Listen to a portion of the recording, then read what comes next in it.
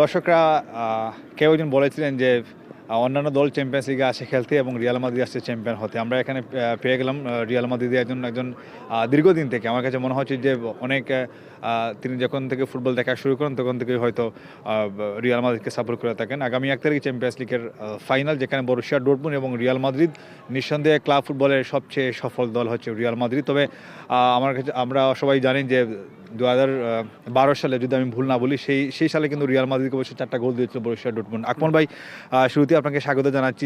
Champions লিগের final হচ্ছে 1 তারিখ। যদিও আপনি একজন রিয়াল মাদ্রিদ সাপোর্টার, এই ফাইনাল ম্যাচটিকে আপনি আসলে কিভাবে দেখছেন এবং আপনি আসলে কাকে এগিয়ে রাখবেন? Thank you so much Mujakkir, অনেকদিন পর তোমার সাথে দেখা, তোমাকে অনেক শুভেচ্ছা। আর রিয়াল মাদ্রিদ আপনি তো জানেনই বরাবরের মতো চ্যাম্পিয়ন্স লিগের একটা মাইটি ক্যান্ডিডেট সবসময়। ওরা আমাদের রিয়াল মাদ্রিদ সবসময় চমক নিয়ে আসে ইউসিএল মানেই আমরা বুঝি যে রিয়াল মাদ্রিদ। এই তো লাস্ট সেমিফাইনাল যখন আমরা খেললাম তখন সবাই ভেবেছিল যে না, মনে হয় বায়ার্ন মিউনিখ নিয়ে নিয়েছে, কারণ 87 মিনিট 1-0, তো কোনো ওয়ে নাই। কিন্তু আমি জানি মাদ্রিদ সবসময় টার্ন অ্যারাউন্ড করে। ম্যান সিটিতে যেভাবে টার্ন অ্যারাউন্ড করেছিল 3 মিনিটের ভেতরেই, 90 মিনিটের ভেতরেই ওরা 2টা গোল দিয়ে 2-1 লিড নিয়ে তারপর কোয়ালিফাই করলো ফাইনালে। তো ফাইনালের প্রসঙ্গে আসি, ফাইনালে ডর্টমুন্ডের সাথে ফাইনাল। ডর্টমুন্ড অবশ্যই ভালো টিম এবং কম্পিটিশন তো অবশ্যই হবে, তবে আমি রিয়াল মাদ্রিদকেই অবশ্যই আগে রাখবো। কারণ রিয়াল মাদ্রিদের যে টিম, এই যে আমাদের জুড বেলিংহাম, ওইদিকে আপনি দেখলেন রদ্রিগো, তারপর আমার ভিনিসিয়াস জুনিয়র, এই যে ফরওয়ার্ড যে মধ্যমণি মডরিচ আছে, এগুলার যে একটা কেমিস্ট্রি, এগুলো অসাধারণ। আসলে they will be untouchable in the ফাইনালে অনেক লিড নিয়েই জিতবে ইনশাল্লাহ।